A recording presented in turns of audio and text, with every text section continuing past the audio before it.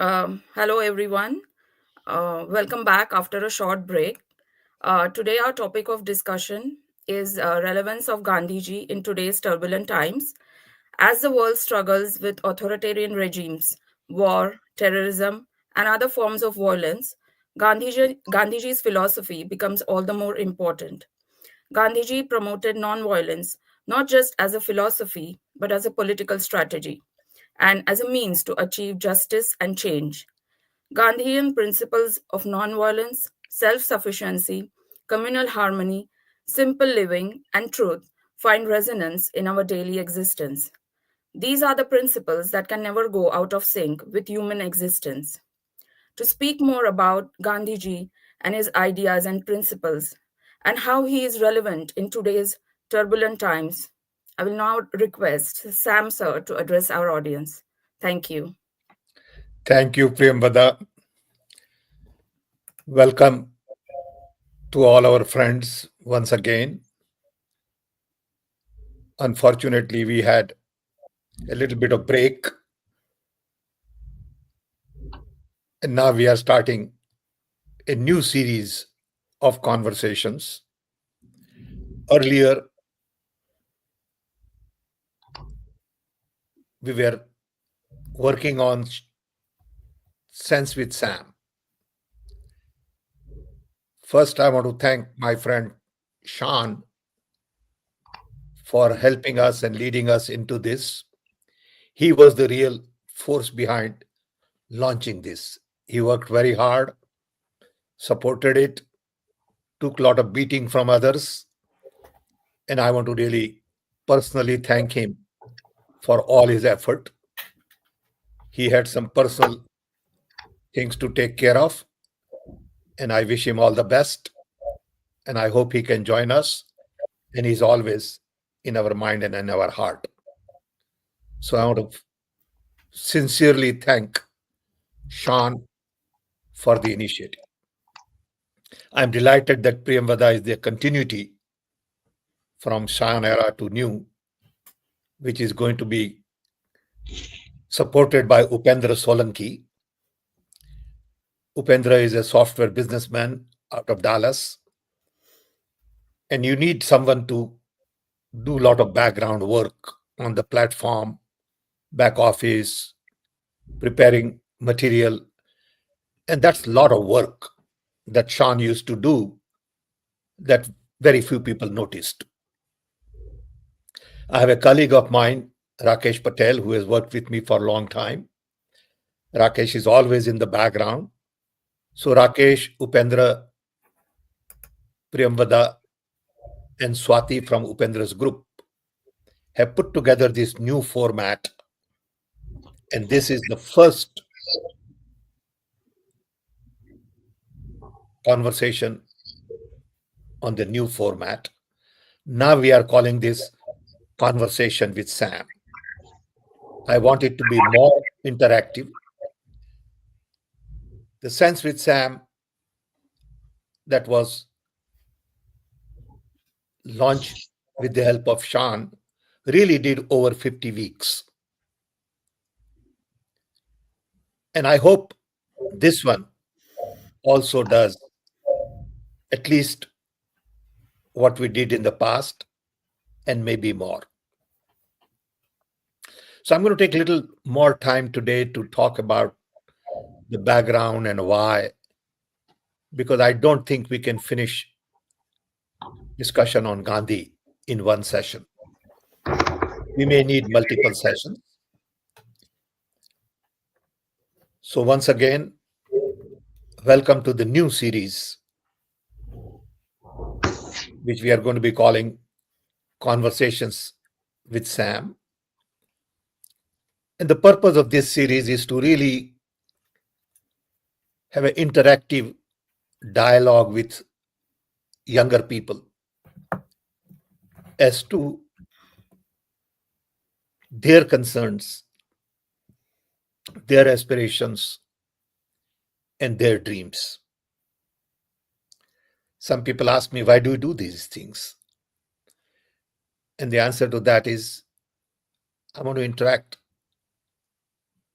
with younger people. I'm 83 now, and I know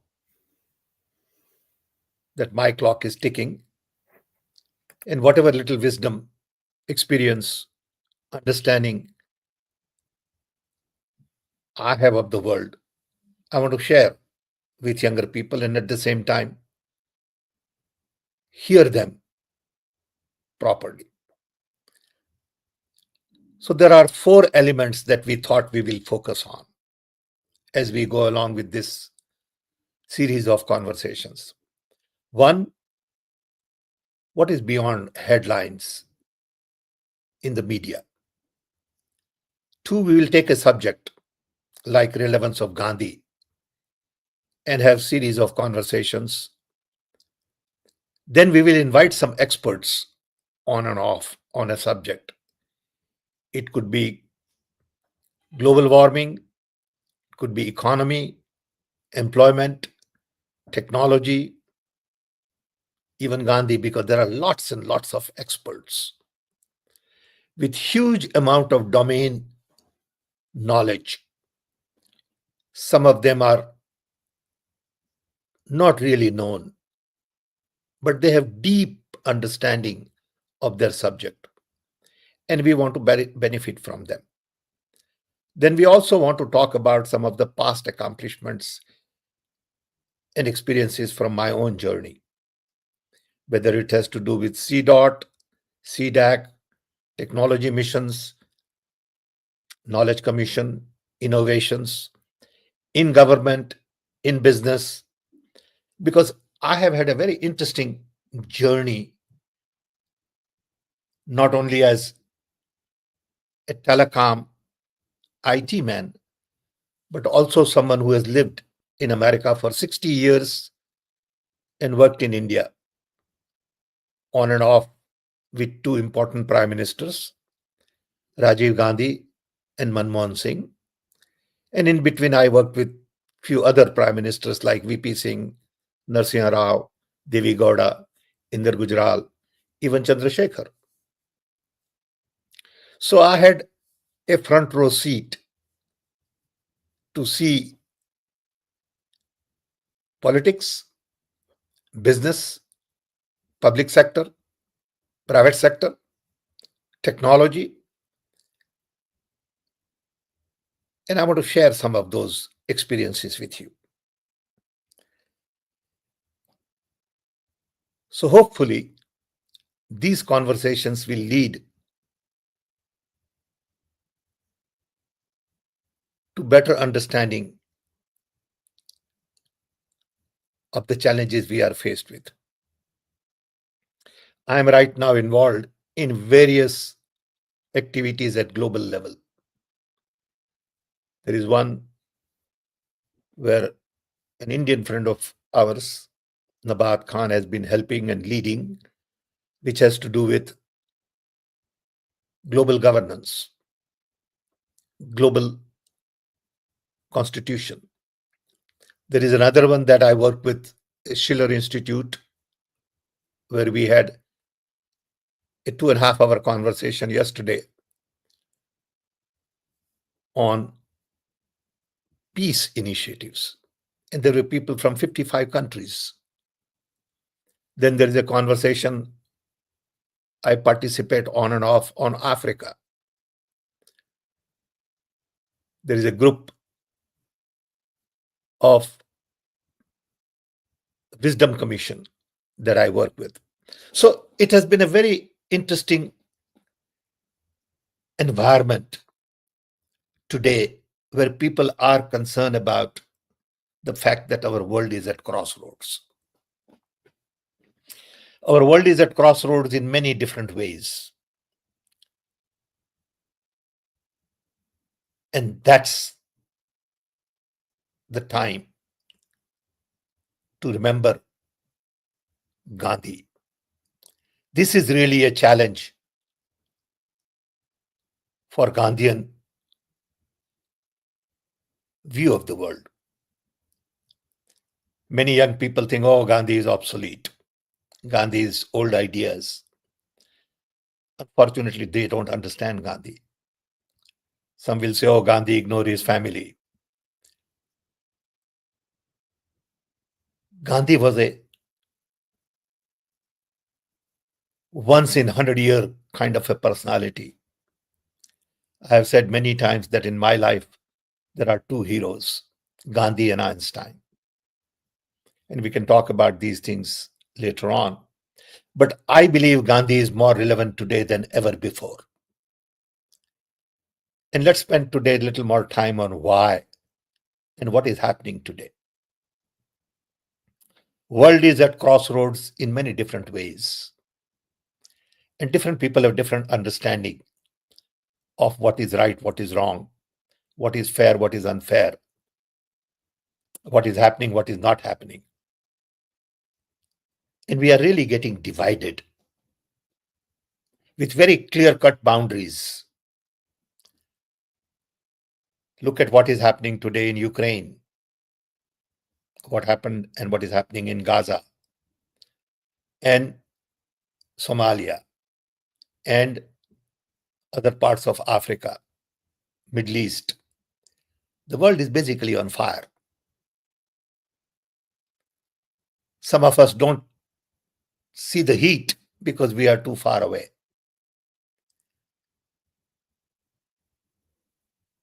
We have not been able to achieve peace after almost 75 years of UN. In many of these conversations, UN doesn't even figure in. I mean, right now we are having discussions at the highest level on Ukraine and Gaza, and UN has no seat at the table. So world is at crossroad once again because of wars. There are roughly 20 different wars going on right now. World is also at crossroads because authoritarian leaders have taken over in many parts of the world. Now, it depends on what you call authoritarian leaders. Some may call them totally democratic. To me, in democracy, when people lose trust in election process, when only 30-40% of the people vote or 50% of the people vote. Recently, I saw in US election in one of the cities where only 10% of the people voted. And based on their votes, you have selected mayor and others. What about 90% who didn't vote? So I think one big challenge in democracy still is election process. Are elections fair? Are elections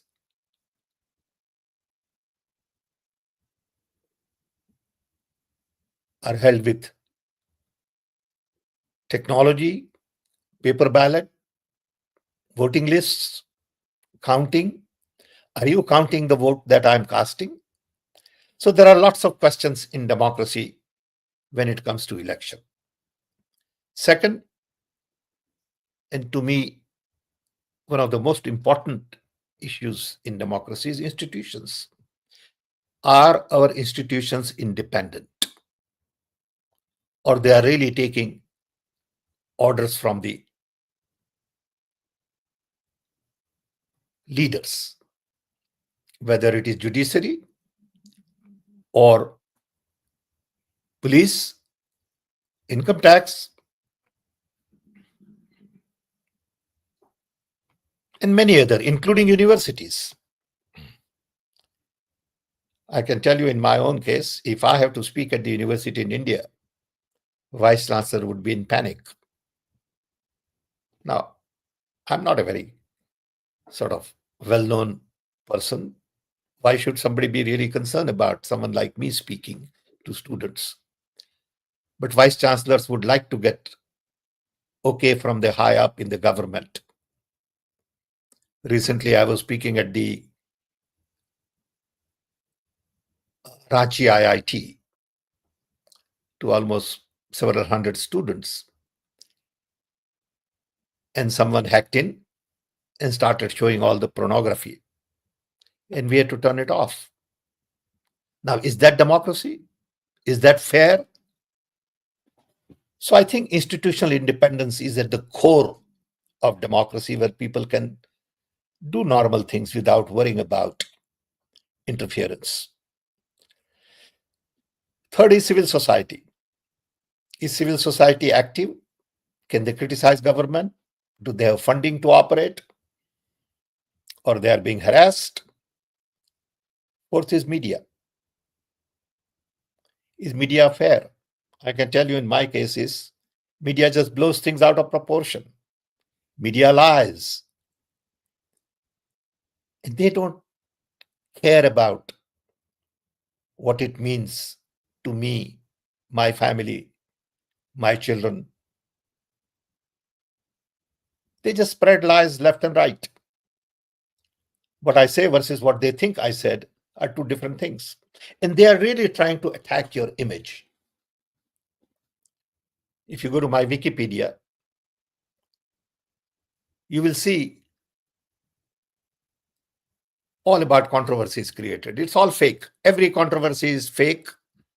Everything is misrepresented. And the algorithms are created in such a way, or you're using algorithm in such a way that wrong things pop up. Your good work is never shown, lies appear, and over a period of time, your image get tarnished. And finally, when democracy is attacked, your mindset is also attacked. So logical, rational, scientific thinking vanishes. And race, religion, inequality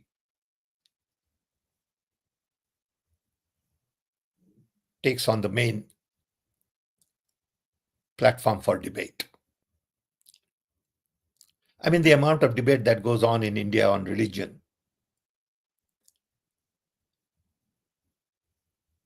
is absolutely amazing, that we spend so much national energy on a subject which really doesn't need that kind of conversation.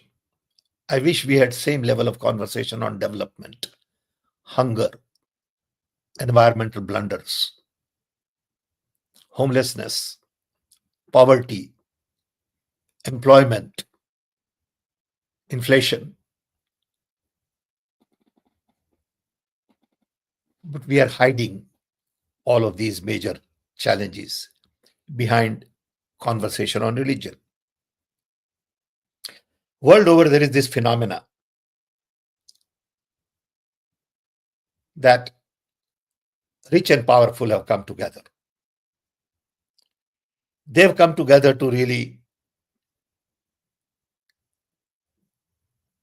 corner their interest and not allow other people to rise to really question inclusion and sustainability.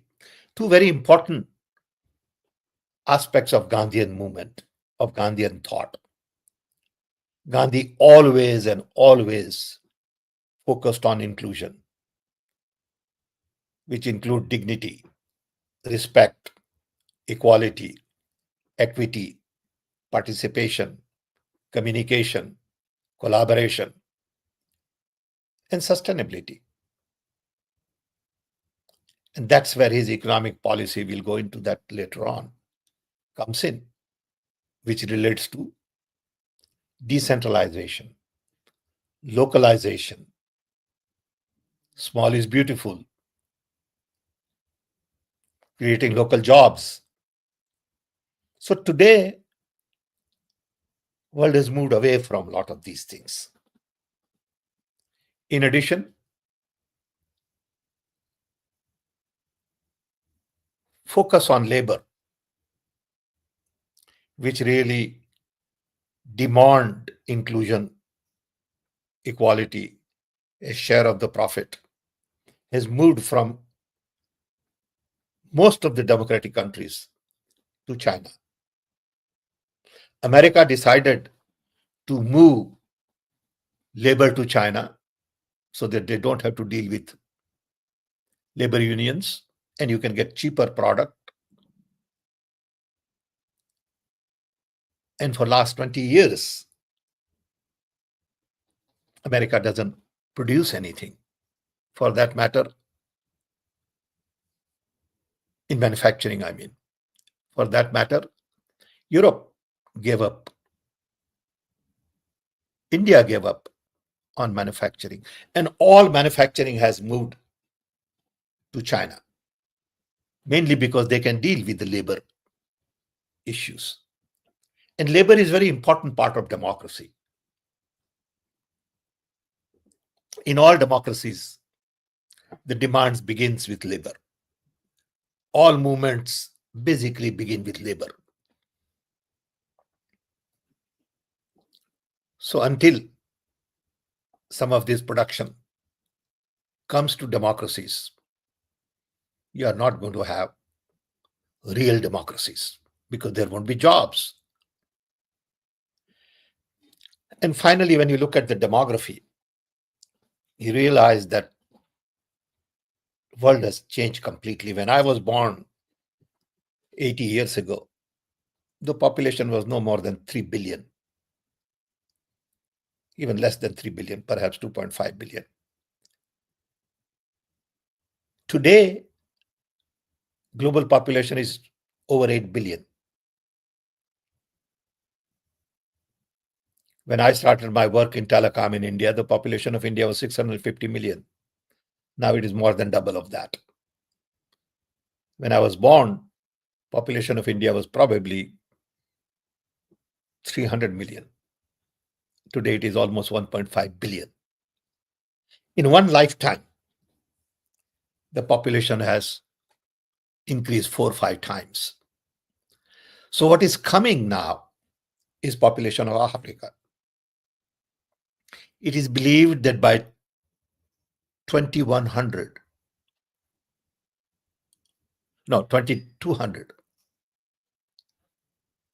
by end of this century, the population of Africa will be close to 4 billion out of 10 billion. Now, if we don't focus on Africa today, it is going to explode. So all of these things basically tell us that we need new thinking. And new thinking really comes from Gandhian thoughts. Many people are saying, why are we at crossroads? What really happened? How did we get here? I mean, these are the questions many people are asking, and different people have different answers. I don't think there is one answer. Because in a lot of these issues, the answer depends on where are you looking from. Are you looking from the top, bottom, sideway, from east, from west? And answers change. And that's the beauty of diversity. We look at things very differently. And when people get stuck with their own one view, we begin conflict. Conflict in Ukraine is same. Conflict in Gaza and Israel is same. Because people have one view and they are just not willing to change and negotiate. It is a matter of shame that we go to wars with machine guns and tanks and bombs to kill people because we are not capable of having a conversation across the table to sort out our problems. That means we haven't civilized enough. We are still barbaric in our approach to problem solving. And Gandhi would have taken completely different approach to a lot of these things. So, why are we here? And I'm spending more time on this than on Gandhi in the beginning because I think we need to come to some clarity on what is going on in the world. And then we can talk more about why Gandhi is more relevant.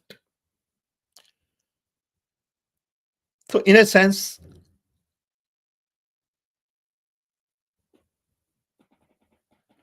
earlier we had a bipolar world where you had Soviet Union and America. Today, we almost have a sort of one view which says world is unipolar. America is the only power, and whatever America says, everybody should agree to. And you see that in Trump's approach to the foreign policy. I mean, recently I heard that Trump sent his envoy and said to Ukraine, you sign this document where we have right to your mining assets. Then there is a conversation on taking over Gaza. This whole thing comes from the fact that I'm the only power. And I'm going to decide what is good for the world. And I will take charge because I have the war machine behind me. I have the biggest military, technology, bombs, stockpile, and I can dictate to anybody what I want. Gandhi would have reacted to this kind of a world. So rather than networking nations, which many people call multipolar world, I would like to call networking. We are really creating a very authoritarian view of the leadership. Everywhere, leaders, their character, their values, their approach is of concern to people, but people don't speak up. People are afraid and they follow the leader. Very few people question today because if you question, they'll come after you. And that's not democracy. That's not freedom of speech, human rights, equality. And that's what is going on in the world today. In addition, technology has changed everything. Social media has been taken over by bad actors. AI adds to that fire by creating all kinds of material that looks genuine, and then you can attack anybody on anything. And you wind up spending so much time.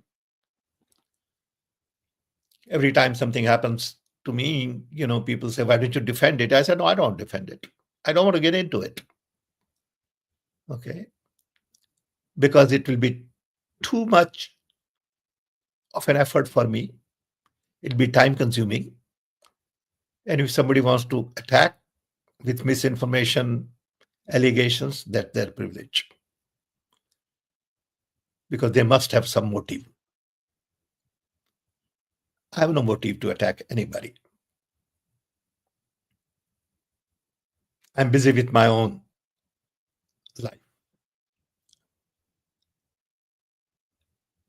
And I'm sure there are many of you who feel the same way.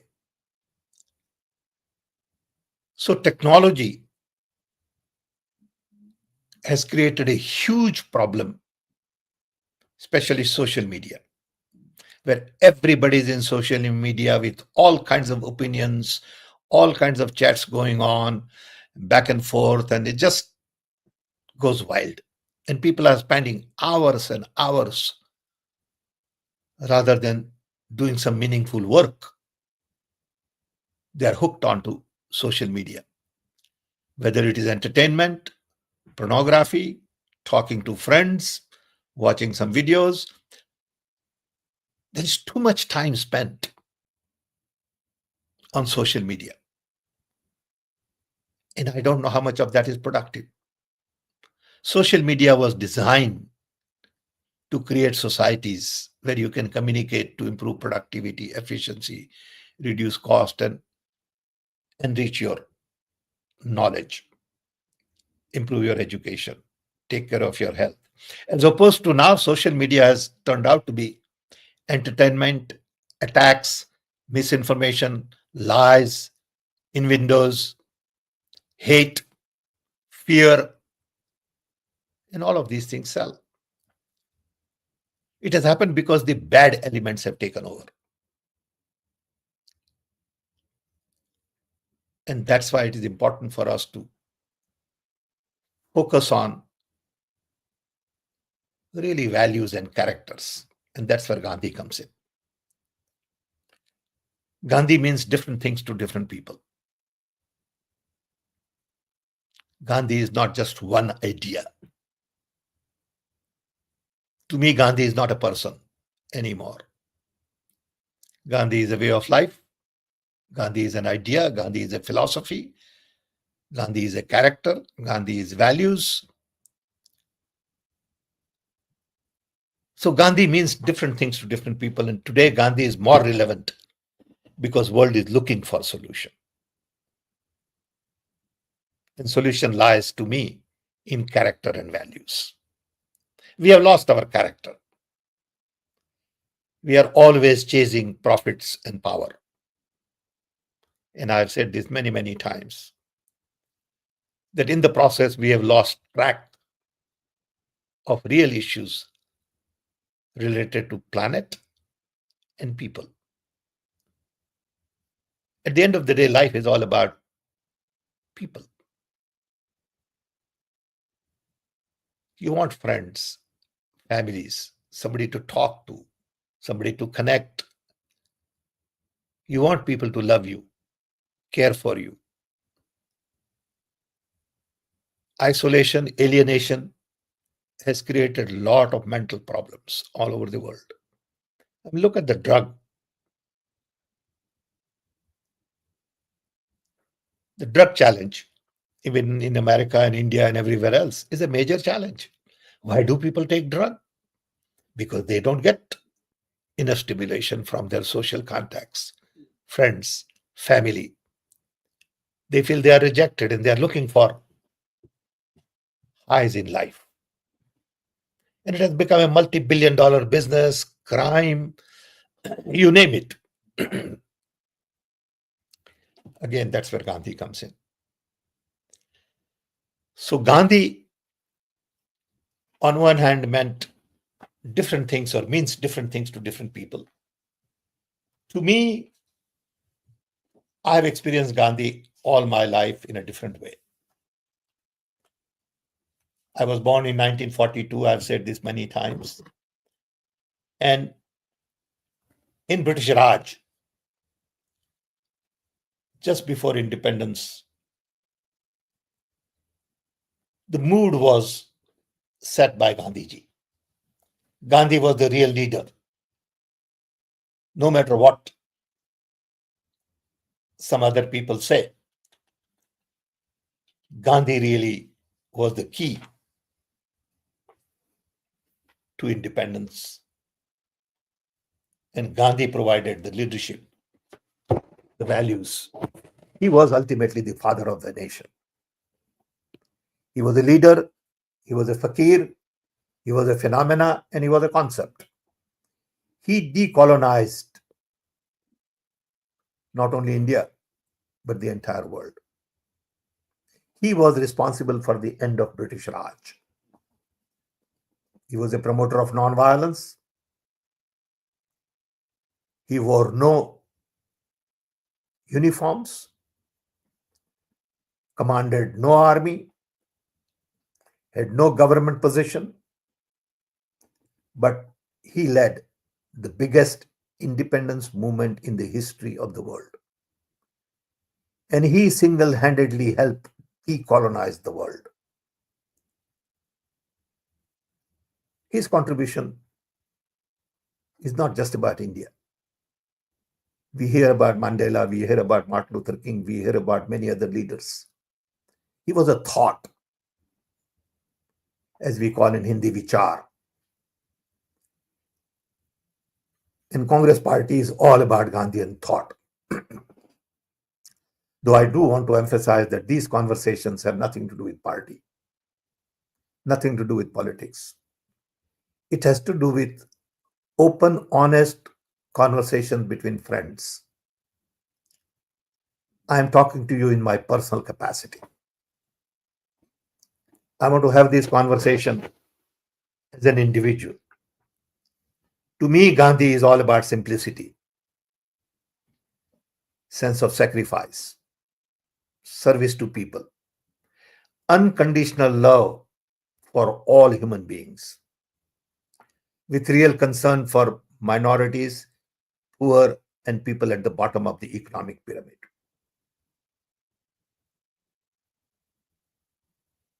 Real concern for truth and absolute truth. Truth is very difficult to find. Today in social media age, I request everyone to find their own truth. And it's not easy. Don't listen to what you see or what you hear on social media. It is not true. It's very easy to create an image which looks very real, and you probably believe this happened. So you got to find your truth, and you've got to ask questions saying, is it possible? Could it be real? Does it really affect me? To me, Gandhi had one standard of conduct in public and private. Today, most of the leaders are hypocrites. They have a private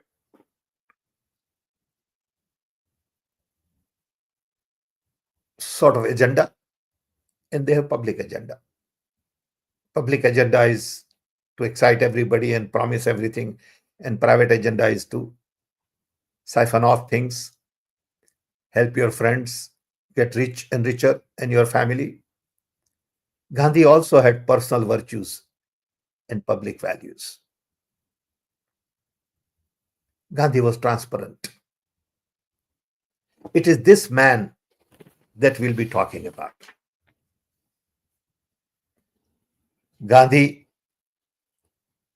had a very strong and stable self. He had global outlook. He was a modern man, and he was a karma yogi. He looked weak in his frame, but he was very strong inside.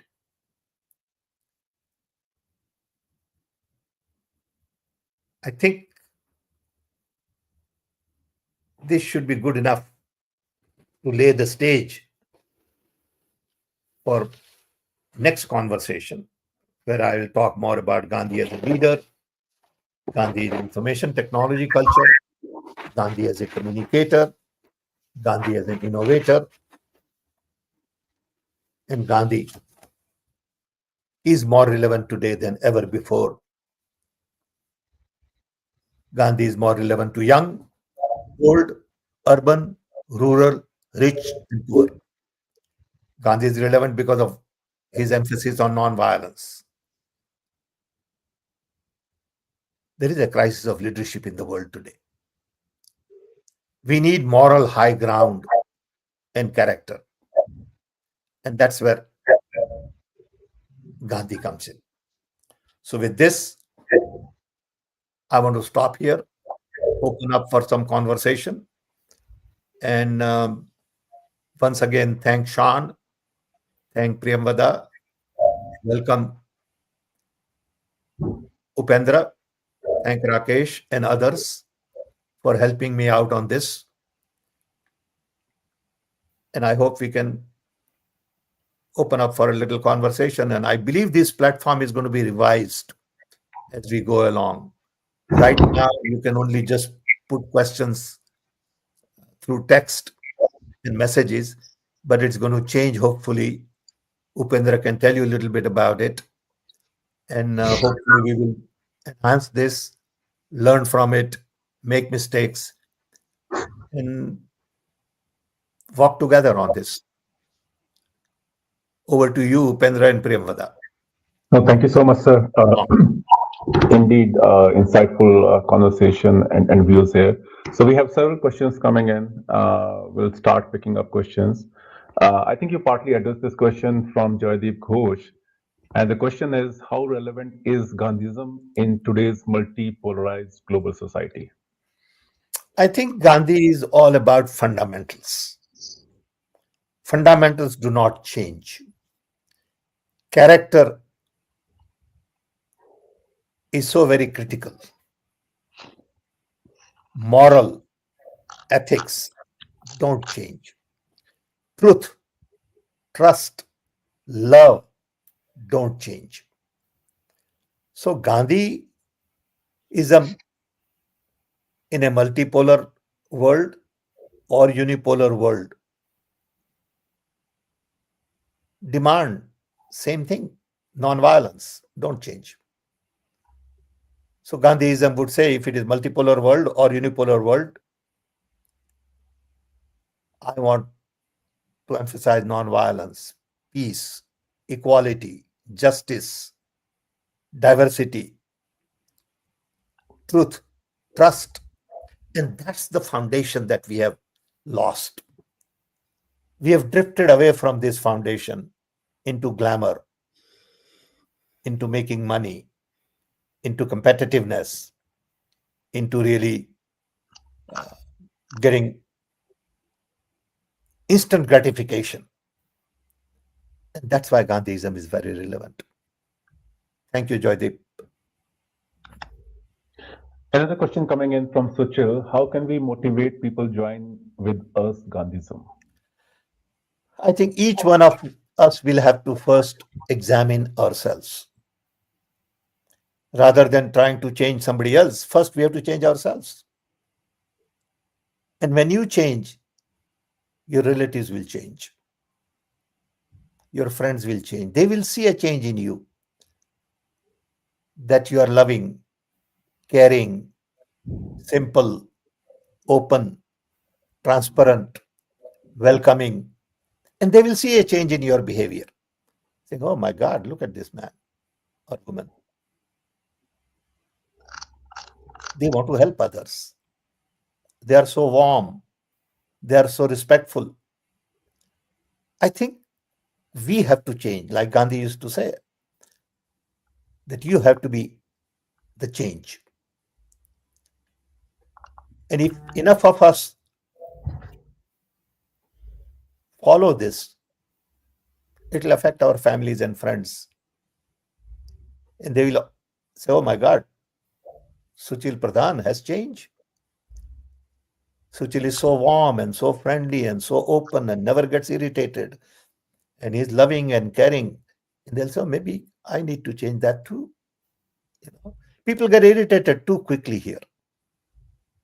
Everybody is ready to be hurt. Everybody is ready to fight, argue, raise their voice. You see it on debate on TV, Indian TV. There is no need for it. We can have a civilized conversation. And if people knew that Suchil Pradhan will have a civilized conversation, they will learn from it. So I would say, rather than worrying about motivating others, we got to set an example by ourselves. And it will automatically motivate others. Okay. Thank you. It's rather a comment, and thanks for your comments and questions, J. Tamil Selvan. The comment is instead of speaking on Gandhi, speak more about good governance, and you'll get 100% support from all the voters.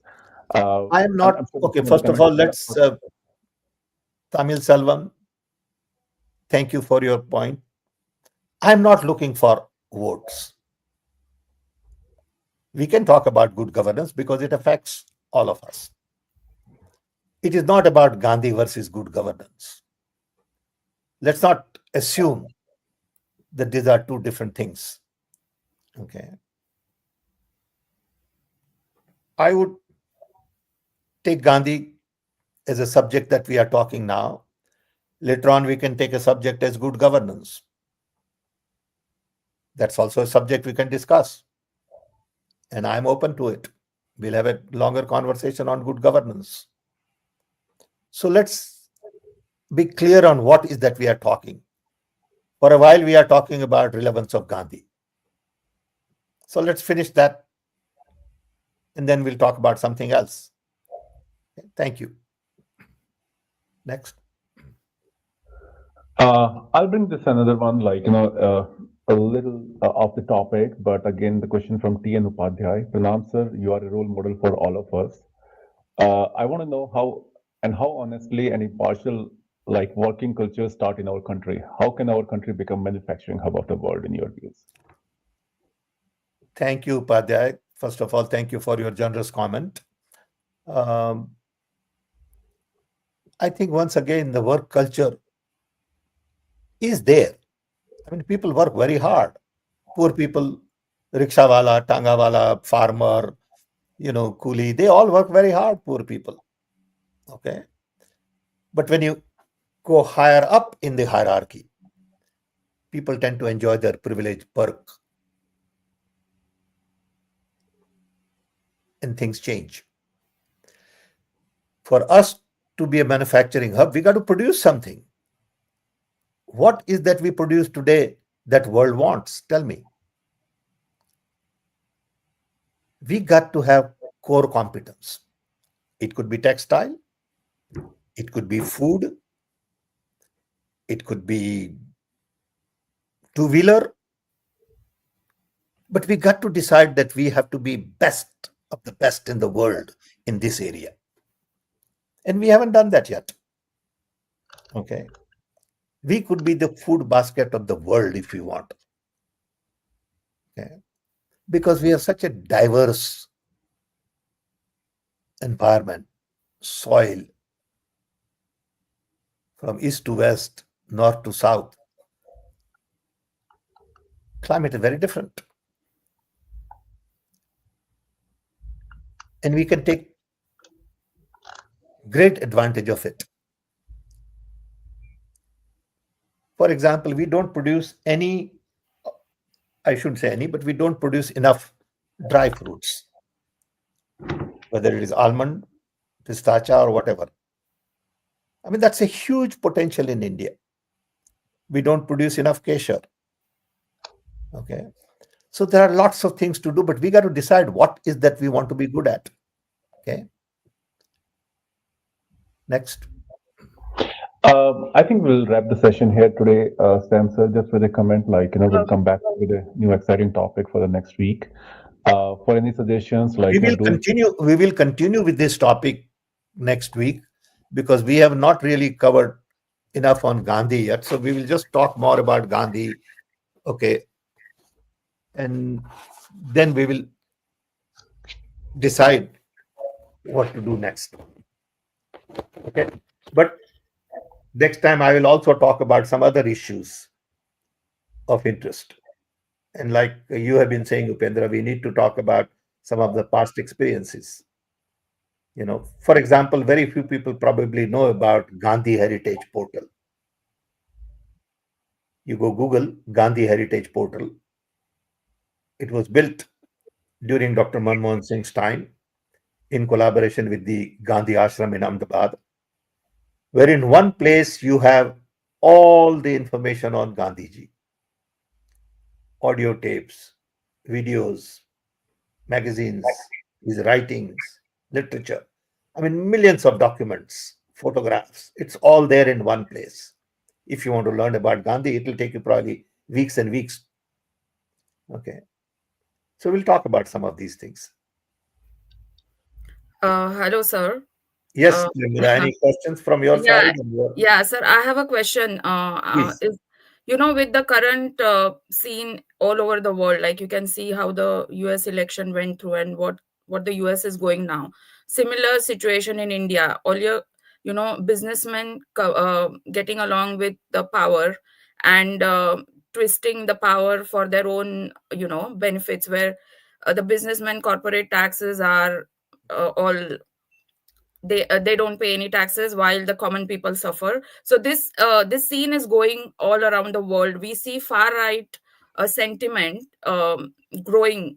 You see far right emerging now in Germany, now in the US. Musk is promoting AFD, which is a very sad thing. So do you think this embedded hate within, there is a subtle hate in everyone, like people are starting to hate each other? That's why this whole thing of people electing authoritarian regimes, which tend towards little bit of fascism or authoritarian, you may call it.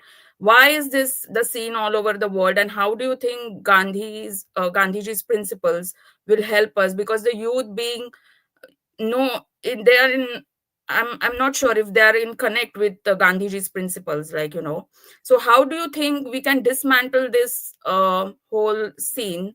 And you think this just a phase, like a circle of life, that we are going back again to the same where we started, like we had British rule, then we had independence, now again we have like semi authoritarian rule. Now US is facing to the same. So my question is, how do you think Gandhiji's principles will help in dismantling this whole kind of oligarchy structure? And yeah. Very good and very fundamental question, Priyambada. Thank you for asking. What I see as a layman is leftover of the decolonization. See, world got decolonized in a very short period of time. At that time, the Western power, which controlled most of the colonies, whether it was Dutch, Englishmen, Americans, French, German, all of these Western powers had their colonies, had their system set up, and everything got dismantled. Then people thought it really doesn't matter because these people are poor, they won't know how to rule, they will fumble, and you know they can never be our competition. We will control the wealth of the world. We will control mines in every country, we will control business in every country, and we will still remain very powerful. And it turned out that most of the countries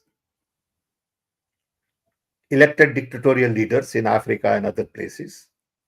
Some went, like Pakistan and others, not just being a dictatorial, but also focus on religion and not on secular idea of democracy. And everyone was okay, saying they're still very poor, nothing to worry. Then comes China, and China expands and grows so very fast that now Western world is saying, wait a minute, these people are capable. First it was China, now it's going to be India. And when they grow, our pie is going to be smaller and smaller. And they are afraid that decolonization has created to them new financial power. I mean, Trump talks about BRICS. Okay. So many people see their profit and their power diminishing or being shared by others.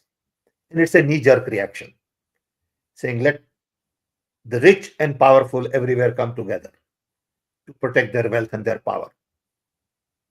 The globalization means that global rich will come together.